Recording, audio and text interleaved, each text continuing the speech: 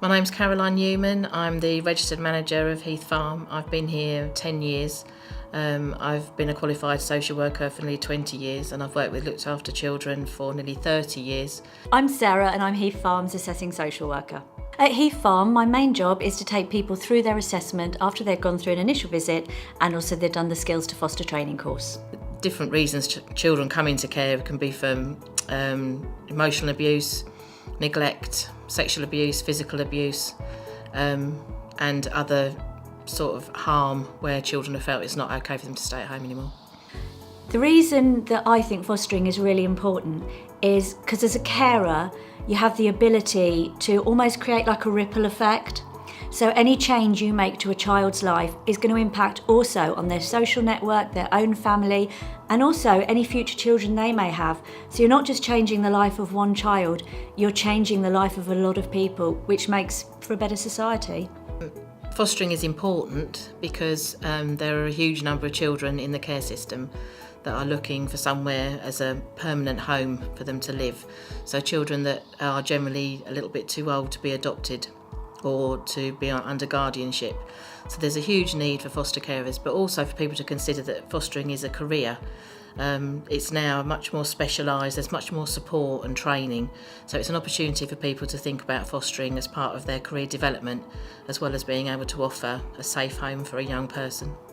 As far as matching is concerned, we have a smaller amount of carers with a very high level of training. So we also know our carers really well. Being a smaller team, we have a very, very sort of one-to-one relationship with our carers, and I think that means that we get to know the skills and knowledge they've got very well, and I think that it's much harder for the local authority who have much larger caseloads for their social workers. When carers come to Heath Farm, they know that they're going to get 24-hour support because that's all explained to them. So whether it's 2 o'clock in the morning or 2 o'clock in the afternoon, there is a trained social worker ready there to give them support. We also offer counselling should any member of the carer's family need that. We also have mentoring, which can free up some time for the carer if the child needs it. All of our foster carers are able to access a really extensive training programme, and we have 2 or 3 training courses a week going on in different areas. We have support groups going on in different areas every 6 weeks.